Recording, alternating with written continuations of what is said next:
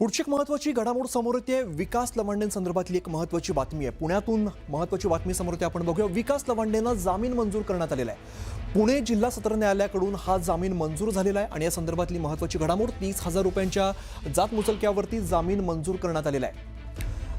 पुण्यातील वाघोली पोलिसांनी विकास लवांडेंना अटक केलेली होती। वारकरी संप्रदायाबाबत या संदर्भात आक्षेपार्ह विधान केल्यामुळे ही अटक झालेली होती। वाघोली पोलीस स्टेशनमध्ये हा गुन्हा दाखल करण्यात आला होता आणि या संदर्भातच त्यांना आता जामीन मंजूर झालेला आहे। 30,000 रुपयांच्या जात मुचलक्यावरती हा जामीन मंजूर झाला आहे। वारकरी संप्रदायाबद्दल आक्षेपार्ह विधान केल्यामुळे त्यांना अटक करण्यात आली होती। त्यापूर्वी पण आपण बघितलं होतं, संग्राम भंडारेंनी शाईफेक केली होती त्यांच्या कार्यकर्त्यांसोबत। त्यानंतर हे सगळं प्रकरण मोठ्या प्रमाणात गाजलेलं आपण बघितलं। विकास लवांडेंना आता जामीन मंजूर झालाय। 30,000 रुपयांच्या जात मुचलक्यावरती जामीन मंजूर करण्यात आलेला आहे।